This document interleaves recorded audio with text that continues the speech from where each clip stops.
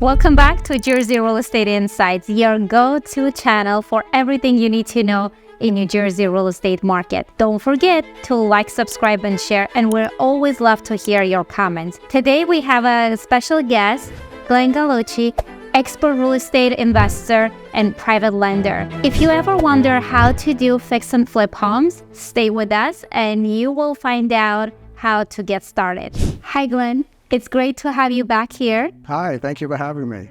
Glenn, a lot of our viewers are interested to know what does retailing houses mean? Great question. Retailing houses is, to put it in terms that a lot of people understand, is it's flipping houses. It's going out, finding houses below market value, distressed houses that need work, fixing them up, and then selling them for a profit. And that typically involves finding houses that needed to be renovated to make them in pristine condition to be sold at a retail price. So if you're buying a house for, say, $300,000, and then you're putting in, say, $100,000 in renovation, you're going to be selling that house for hopefully $500,000 and more. So that's exactly what retailing means. You're getting something at a wholesale price, fixing it, making it nicer, and then retailing it for a retail price for a profit. So in other words, fix and flip.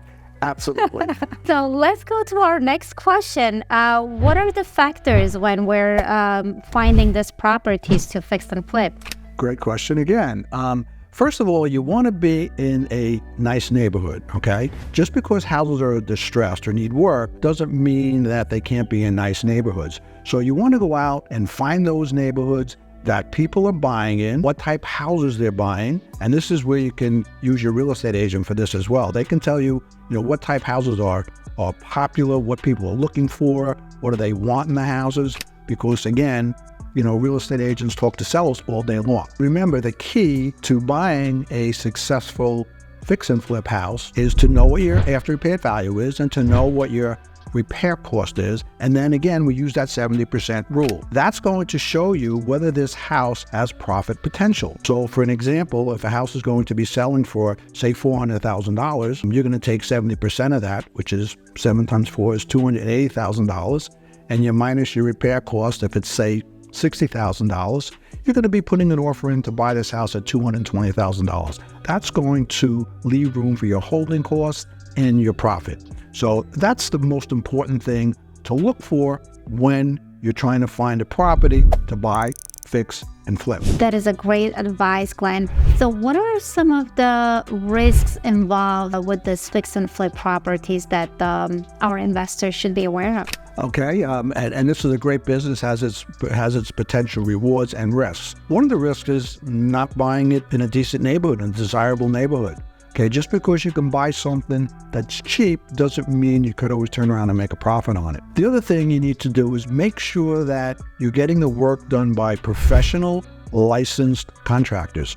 Many times that low, cheap price is not always the way to go. And that's why we suggest getting 3 prices. If you have some estimate costs at $100,000, another person's at $85,000, and then you get somebody at $60,000, something's not right, okay? So you need to really be careful of that. That's where we see, especially beginning investors, sometimes, getting a little bit of trouble by getting an unqualified contractor to do the work. Sometimes you got to pay a little more, you'll get the results, you'll get the property done, the contractor will come on time, they'll do quality work, and you won't have any issues with them. So that's one of the risks in this business that you need to be careful of. I agree, Glenn, that cheaper is not always a solution, and we hear all the time from our investors when they decide to go at a less expensive option, they end up paying more. Absolutely, and that's so true, because if you hire that cheap, unqualified contractor and they don't finish and they leave, now you're stuck in the middle of a project that you need to get someone else to come in, and more often than not, that person's not going to be very cheap as well,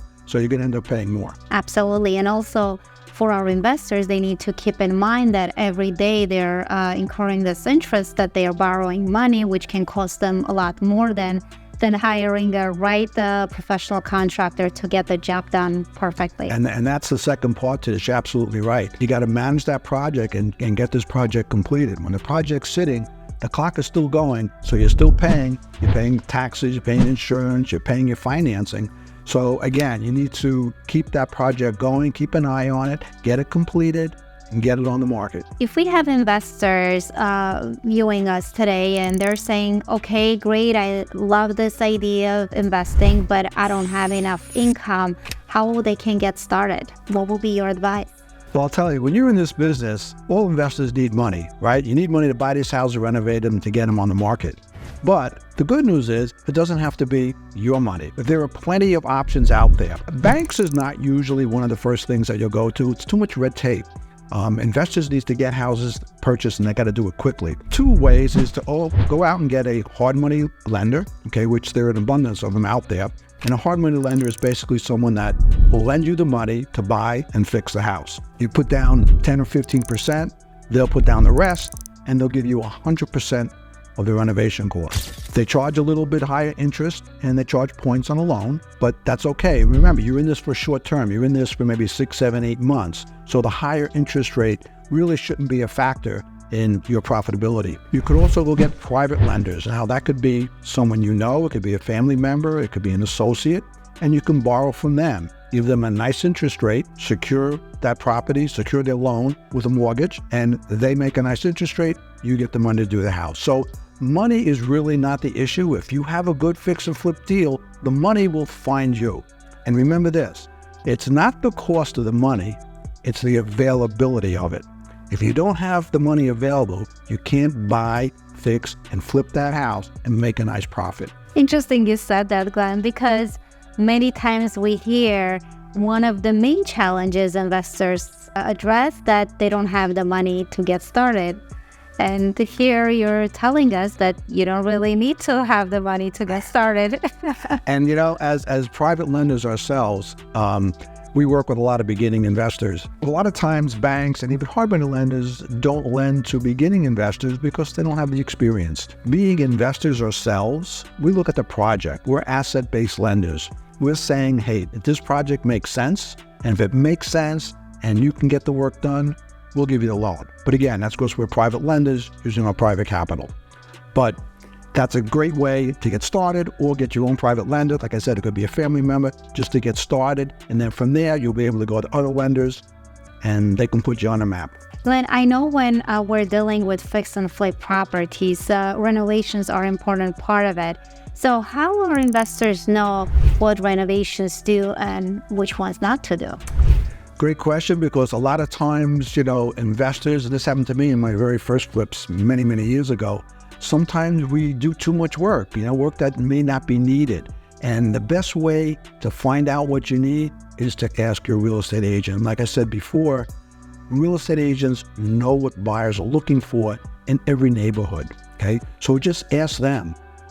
They may say, you know what, you really need to put decks out here, or you got to do pavers, or you have to, skylights. Everybody's loving skylights, or whatever it is that they see that the buyers want, okay? So what I do is I ask my real estate agent, what should I do? What should I not do? You have to redo the kitchen. You have to redo the bathroom. Sometimes we reglaze bathrooms. Instead of spending $10,000, depending on the neighborhood, we can go in and reglaze it and they look beautiful. Sometimes I say that to my real estate agent. They'll say, no, Glenn, not in this neighborhood. You can't do that. You need to replace this. So that's exactly what I do, because they know. So I don't want to do renovations that I want to do. I want to do the renovations that the buyers want. And I get that from my real estate agent. Even when they say, when we go to pick out tiles or whatever, what do they want? What should I get? Ask them, because they know. So that to me is a surefire way of getting the right product out and not overspending on things that you don't have to do. A lot of times they may say, you don't need to put new hardwood floors or anything, refinish these floors, and they come out beautiful. And that's what we do. So there again, do the right renovations, do the work that people want. Ask your real estate agent, especially if you're not a decorator or a designer. If you're going to go in and start doing accent walls with different colors, you need to be careful. Again, ask your real estate agent, and I'm sure they're going to put you on the right track. Great advice, Glenn. Thank you so much for sharing your expertise today with us. And for our viewers, if you have any further questions, how fix and flip properties work and how you can get financing or what are the qualifications you need, please contact us. We're here to help you. Don't forget to like, subscribe, and share. And we always love to hear your comments. Thanks for watching. So thank you again. I really enjoyed this time together. You had some great questions. And if anyone would like more information on private lending and all, you can contact us. My name is Glenn Gallucci, and you can go on our website at peakprivatelending.com. And our telephone number is 201-836-7300. And you can find our email addresses on our site as well. See you soon.